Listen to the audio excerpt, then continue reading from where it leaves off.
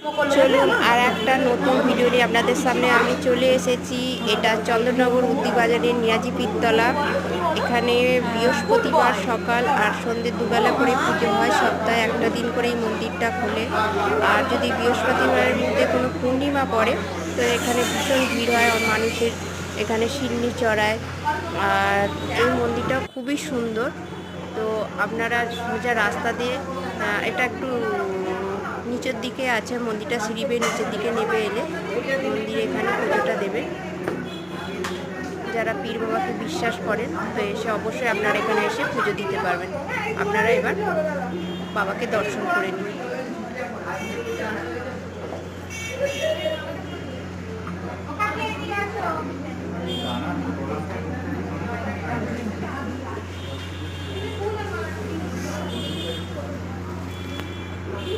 হ্যাঁ দিয়েছে, হ্যাঁ দিয়েছে।